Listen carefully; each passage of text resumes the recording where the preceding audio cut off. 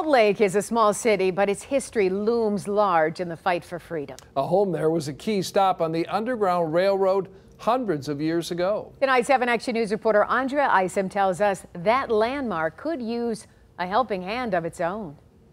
It would have so many stories to tell about the deep-seated history of the road to freedom.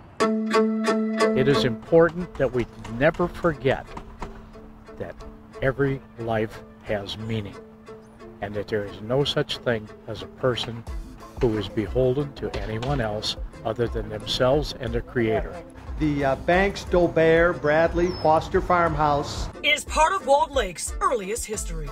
My dad was a Civil War historian, and I would hear, about how the slaves would stop overnight there, and there was an old shed, and there would be food and clothing and money for them to travel on their way to the next location. At great risk to themselves and their family, they used their home as a last stop on the Underground Railroad. The Quakers, the abolitionists, how they came through here, and Pontiac Trail ran right through to Port Huron, so they would stop at the Banks house as one of their safe spots. It's a historical home in Walled Lake, and I don't want to see it destroyed. In the mid-1990s, the city council decided to restore it, though there was not much money to go toward their mission.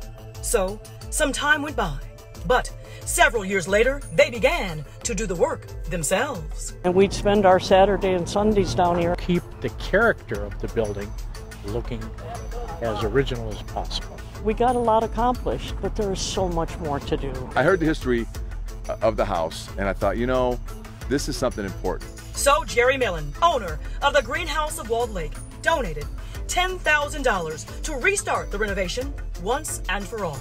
And now we're here, and I hope we really can go someplace with it. But I'm hoping there might be a company out there, a restoration company that might want to help out. This is part of our history of helping people leave an area of enslavement to freedom. It's that road that every individual needs to understand. I would love to be able to leave this planet knowing that the farmhouse is finally open for business, complete with a certificate of occupancy. And ready for people to see it, receive it, and use it to acknowledge the past. This needs to be talked about, and people need to know about this place and understand what it meant. Then, and even today. In Walled Lake, I'm Andrea Isom, 7 Action News. Certainly a major part of history.